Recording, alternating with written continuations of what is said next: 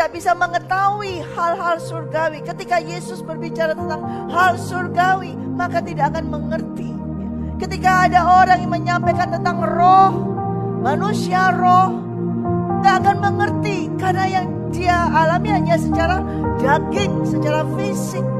Orang menerima Yesus Kristus, dia mengalami secara fisik, dibaptis dengan air, baptisan air. Kemudian baptisan roh, mungkin menerima baptisan roh, berdoa bahasa roh. Tetapi tidak mengalami apa? Kehidupan baru. Tidak mau diubah hidupnya. Tidak mau mengalami proses perubahan. Tidak mau masuk ke dalam kerajaan surga. Kelahiran baru ini baru langkah awal untuk masuk dalam kerajaan surga. Selanjutnya adalah harus ada perubahan hidup yang baru. Bukan hanya dibaptis air dan roh saja, tapi harus mau diproses, harus mau dibersihkan, harus masuk dalam proses selanjutnya, yaitu apa? Mengalami ini bukan secara fisik, saudara. Kalau secara fisik saja itu gampang, tapi ketika mengalami secara roh yang tidak kelihatan, nah itu yang sukar. Makanya Nikodemus berkata, bagaimana mungkin? Gak masuk akal ini. Gak bisa, orang sudah tua kok dilahirkan kembali. Bagaimana mungkin? Lalu Tuhan Yesus katakan, kamu ini kan pengajar. Katanya kamu pengajar, tapi kamu gak mengerti tentang rohani. Ketika aku berkata-kata tentang duniawi pun engkau tidak mengerti. Apalagi sekarang aku bicara tentang surgawi. Banyak orang cuman hanya sekedar teologi, saudara. Pikiran-pemikiran saja. Ketika berbicara dibawa oleh roh, dibicarakan tentang yang surgawi, tidak mengerti. Bicaranya mulut-mulut teologi, tapi tidak masuk kerajaan surga. Tidak ada hal yang rohani. Karena apa? Mereka tidak percaya. Mereka tidak percaya, menganggap itu gak mungkin. Gak mungkin, gak mungkin. Lalu Tuhan berkata, kalau angin bertiup kemana ia mau, engkau mendengar bunyinya, tetapi engkau tidak tahu dari mana ia datang, dari mana dia atau kemana dia pergi. Demikian halnya tiap-tiap orang yang lahir dari roh. Tidak bisa dilihat dalam arti gerakan roh itu. Bukan dilihat, oh ke sana ke sini. Siapa yang bisa melihat angin pergi? Tidak akan ada yang bisa lihat. Demikian juga gerakan daripada Roh Kudus. Mungkin tidak kelihatan, saudara.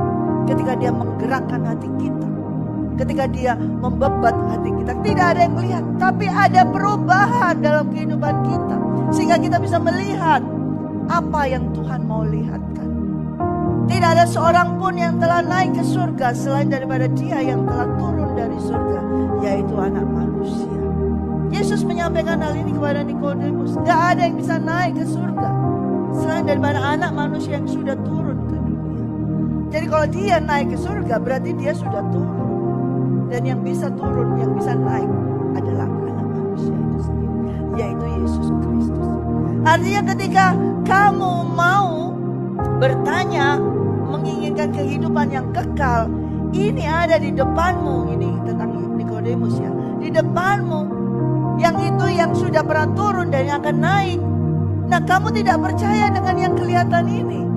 Nikodemus dan semua orang-orang Farisi pada saat itu tidak percaya dengan Yesus adalah Anak Manusia itu yang kelihatan secara daging.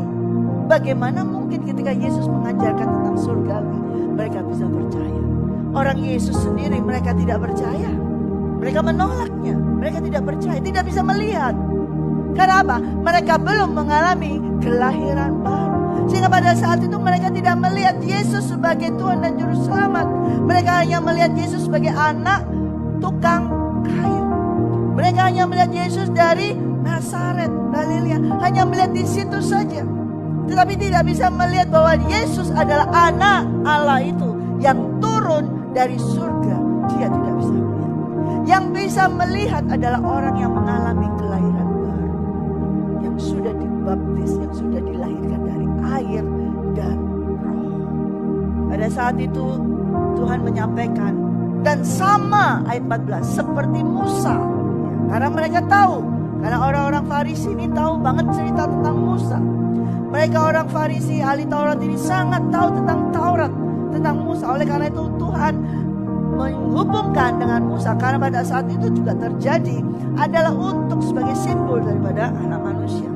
Dan sama seperti Musa meninggikan ular di padang gurun, demikian juga anak manusia harus ditinggikan, supaya setiap orang yang percaya kepadanya beroleh hidup yang kekal.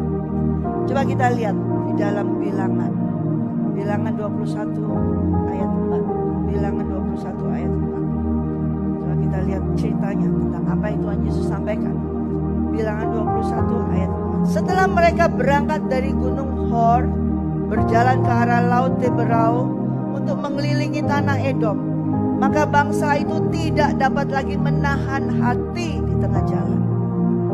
Lalu mereka berkata-kata melawan Allah dan Musa, "Mengapa kamu memimpin kami keluar dari Mesir, supaya kami mati di padang gurun ini?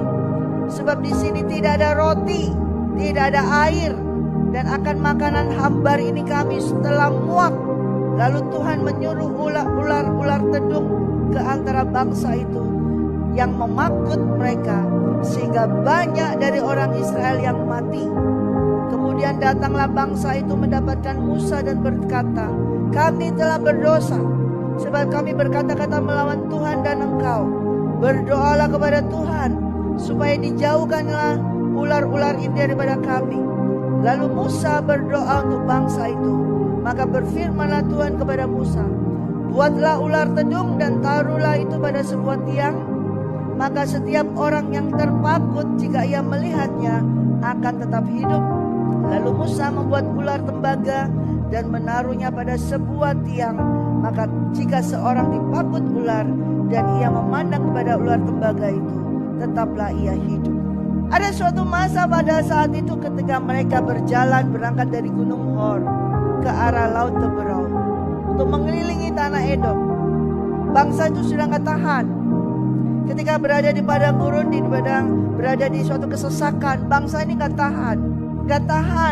Ya, lalu mereka mulai berubah hati melawan Tuhan.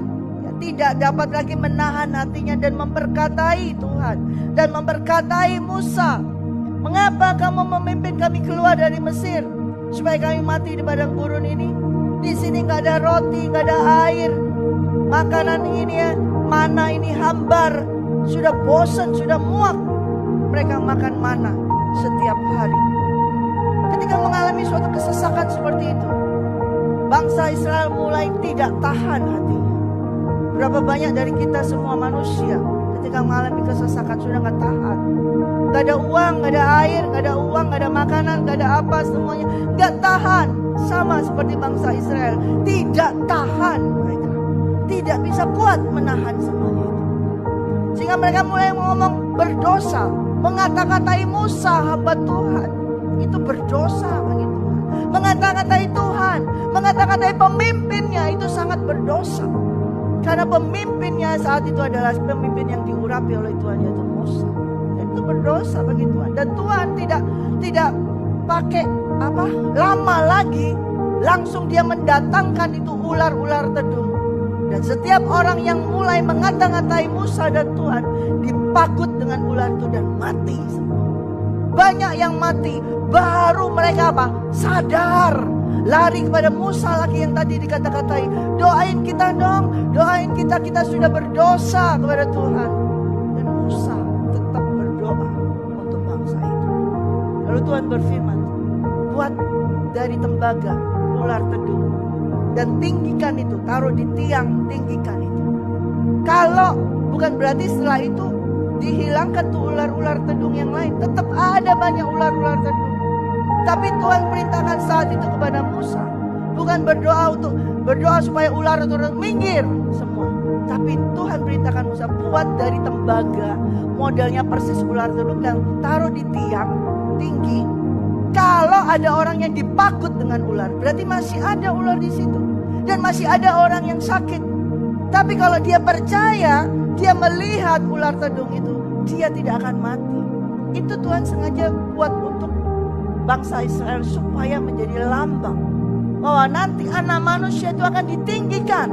Dan setiap orang yang melihat anak manusia itu, sekalipun dia berdosa, ketika dia minta ampun, dia beroleh hidup yang